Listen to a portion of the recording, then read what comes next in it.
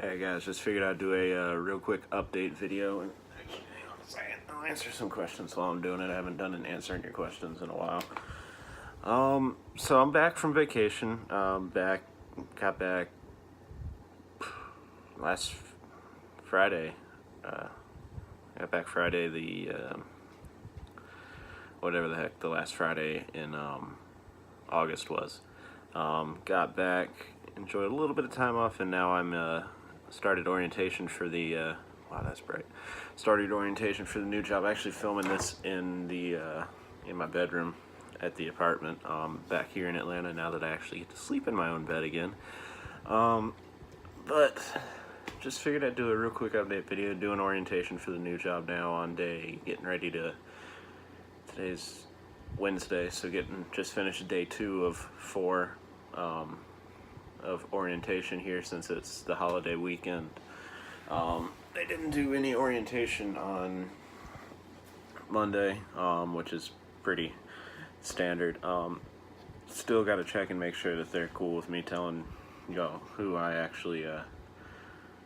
actually working for, but I have a feeling that they're not going to have any issues with it, but I just want to make sure, especially since I'm new. I don't want to I don't want to irritate them, just in case.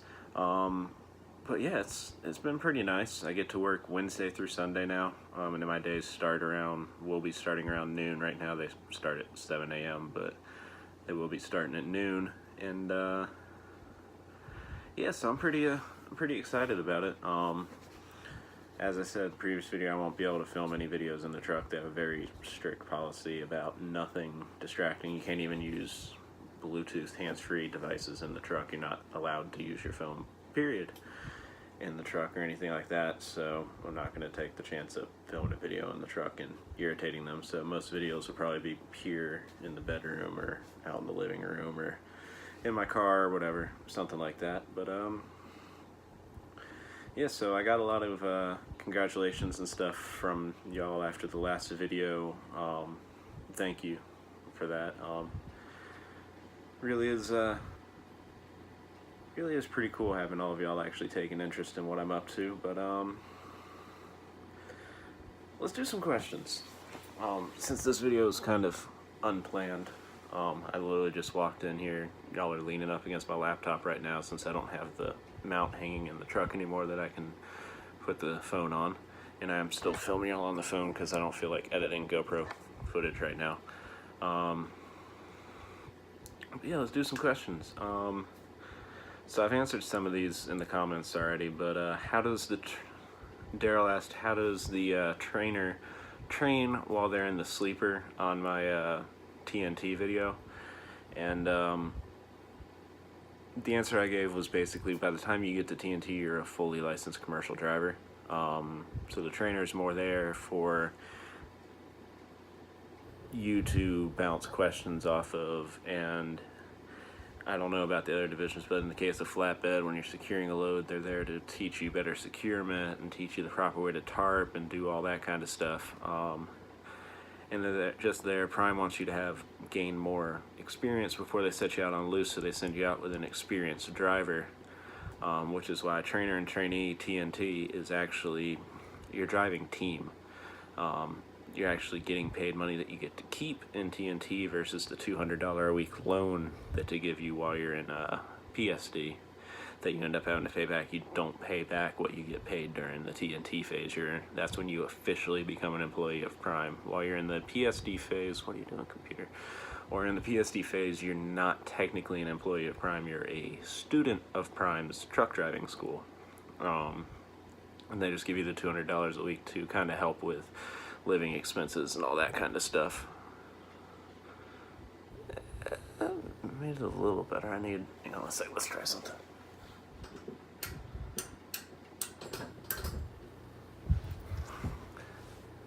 That didn't really make it any better, but whatever.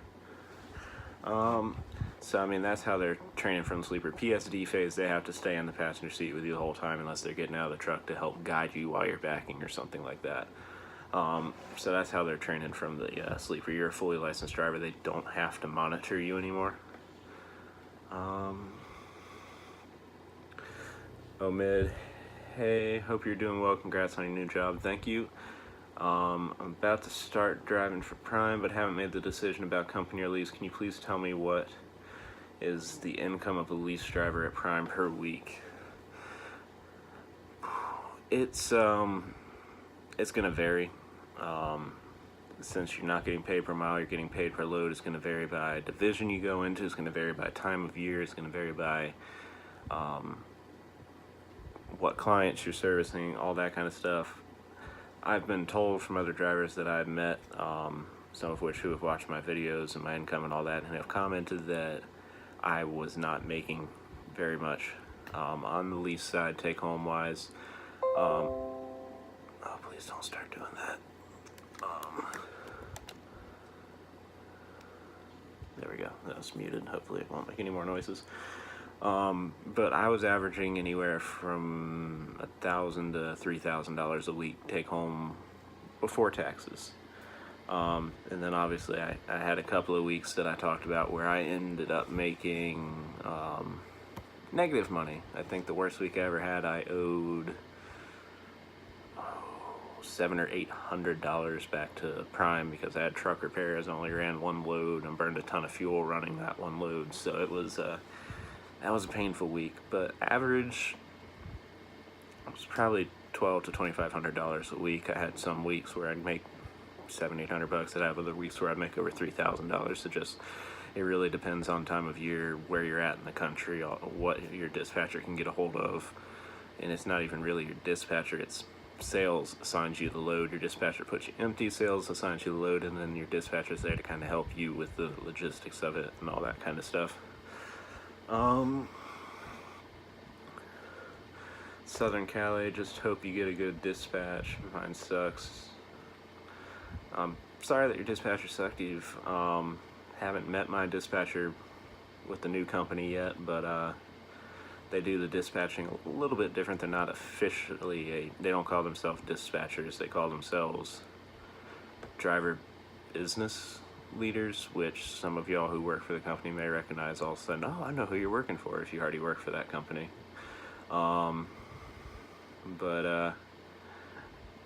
So we'll see how it goes. I have a feeling, I mean, my dispatcher with Prime was great. Took great care of me. I had no issues at all. No issues at all with her. And she, I actually went up, and when I left, I actually went up and said goodbye before I left. I didn't just disappear. So, no, Prime's dispatcher took good care of me. I had a great dispatcher who, I know I was a pain in the butt sometimes, and she put up with me and made sure to help me out any way she could. So I've always had pretty good dispatcher. Hopefully that will continue with my DBL at the new company. I heard during PSD you can take night classes and not be required to go out for 2 weeks with your permit, go straight to test, and then go TNT. Is it true? Technically, yes. Technically you can do that. Prime does not want you to do that. It's not something that they really, I don't think it's something they really offer as an option. It's more of a, they can't find enough trainers. You're trying to go into tanker doesn't have a ton of trainers, so if you're trying to go in tanker, they might not be able to find you a trainer, so they stick you in night classes because they don't want you to just be sitting there doing nothing in the hotel. Or heck, even the other divisions, or maybe you can't drive a manual and all they can find is manual trainers or something like that, so they'll stick you in night classes and then send you out on TNT. They don't want you to do that because they want you to go into TNT with experience. Since your trainer's going to be sleeping, they'd much rather you actually have real driving experience instead of just driving around the little lot in Springfield. But yes, technically you can go to night classes if the conditions are correct. Searching for knowledge. Oh, that was NC style. Searching for knowledge. Do you like flatbed? I did. I enjoyed flatbed while I was doing it. I'm glad to now be doing a dedicated van route where it is no touch freight. It's drop hook. All I have to do is hook everything up, get paperwork, drop the trailer wherever they want, hook up to another one, take it back. It's gonna be pretty nice. I'm gonna definitely enjoy a little bit more laid back style of driving now, so I'm looking forward to that. But yeah, I enjoyed flatbed. It was interesting. It's never really the same, whether it's the area you're going to, the load, how you have to secure the load. Heck, you can go get the same load twice and have to secure it differently just because no two loads are ever the same. So it was pretty neat. I did enjoy it. I didn't leave because I didn't enjoy it. I left because I wanted to come home and start my life and hopefully find somebody and start a family. Working on that part. We'll see how that goes. Got to kind of readjust to society since I basically disappeared for a year doing over-the-road trucking. And then, let's see, comments I got today from Link Nelson. So did you do the student training program through Prime, or did you get your CDL before? I'm starting school in a couple of weeks, but Prime only has a reimbursement of $1,500. Didn't know that. School is almost $5K. What are the pros and cons of either going to school first, then coming to Prime, or going all the way through Prime? And did you know you wanted to do private contract lease as to company driver? Thanks, man. And then congrats, just found your channel. Watched a few, and then this was the last one, which was the video right before this. Thinking you were going to go company rather than lease, but that's sweet, you landed a local job. Thank you. To answer your question, I went all the way through my training with Prime. Getting into trucking is not something that was really premeditated. It kind of, about 3 weeks before I started with Prime, I decided that I needed to make a change career-wise, and decided that I wanted to get into trucking. I wanted to go see the country, and at that point, and still to this day, I don't have enough money to just go tour the country and see it on my own, take the time off work to do it, so why not get paid to do it? So that's how I ended up doing a year of over-the-road trucking, plus pretty much any trucking company that's going to pay for you to go to school and teach you to drive is going to require you to do over-the-road trucking. And then to get a good paying local job like I have now, most of the time they want experience over the road trucking. That's where you gain your real driving experiences, out over the road. So they want experienced drivers, because my pickup is, most of my driving, my beginning and end of my day is in the heart of downtown Atlanta. Don't bite me. It's in the heart of downtown Atlanta, where trucks are actually forbidden unless you are picking up or dropping off a load from there. So very tight streets and all that kind of stuff, so they want you to have a lot of over-the-road true trucking experience in extremely varied environments and all that, and you only get that over the road. Pros and cons of going to school first. Pros of going to school first. I don't know, I guess you can go to one pretty close to your house and actually stay in your house the whole time. And I know some of them offer letting you do it on your own schedule. But in the end, I don't know if I think Prime would still tie you into a contract, because if you come in with no experience, they're still going to make you go through the TNT phase just because you have your license. If you don't actually have adequate over-the-road experience, Prime, or regional or local experience, Prime's going to make you go through TNT, which means they're still going to train you, which I do believe means they're going to have you go through and sign on a 1-year contract, just as if you actually got your full training through them. Obviously, I don't work for Prime anymore, so I don't have a way to just call my dispatcher and ask anymore, but I am pretty sure that that's going to be the case. Hang on a sec. Alright, well, at least for once I finished my sentence before I made a cut in the video, but sorry, I had to run out and do something real quick. But yes, so I'm not sure whether Prime's going to tie you into the contract or not. I'm pretty sure that they're going to, but I can't say for sure, and as I said, I don't really have a way to check on it. Pros of going to Prime and getting all of your training done is, one, there's no truck driving school out there aside from an actual trucking company like a Prime or a Snyder or a CR England or a CRST or somebody like that that is training you directly to come work for them, that you're going to get experience running actual loads and delivering and dealing with clients and all that, and experiencing true trucking and getting that experience as you get your license. Going to just a regular truck driving school, obviously I didn't go to a regular one, so I'm just going off what I've been told by other people who have, but it's usually 2 or 3 of y'all on a truck with a trainer, and you're literally driving around locally and taking turns who's in the driver's seat and which one or two are sitting back on the Nico. Oh. Alright, for those of y'all who knew Nico was in the truck with me, he got shaved because my one roommate's allergic to cats. So in order for him to be able to roam through the apartment, he had to get shaved.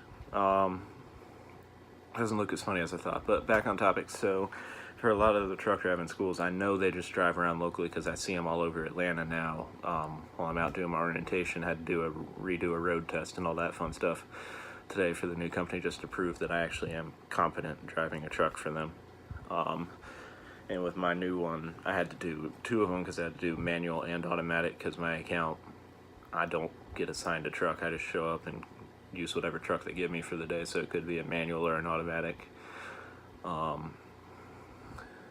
Saw that, but going through an actual trucking company to do it, you're getting true experience, not just drilled into your head, here's what you have to do to pass the test, because that's all they're doing, is they're trying to push out students to get their CDLs so that they can get paid and all that kind of stuff, where a trucking company is trying to teach you to actually deliver the loads, take care of the customers, really haul the cargo, so that, yeah, they can get paid for training you and for your services for the next 6, 9, 12 months, whatever length contract they make you sign to do it.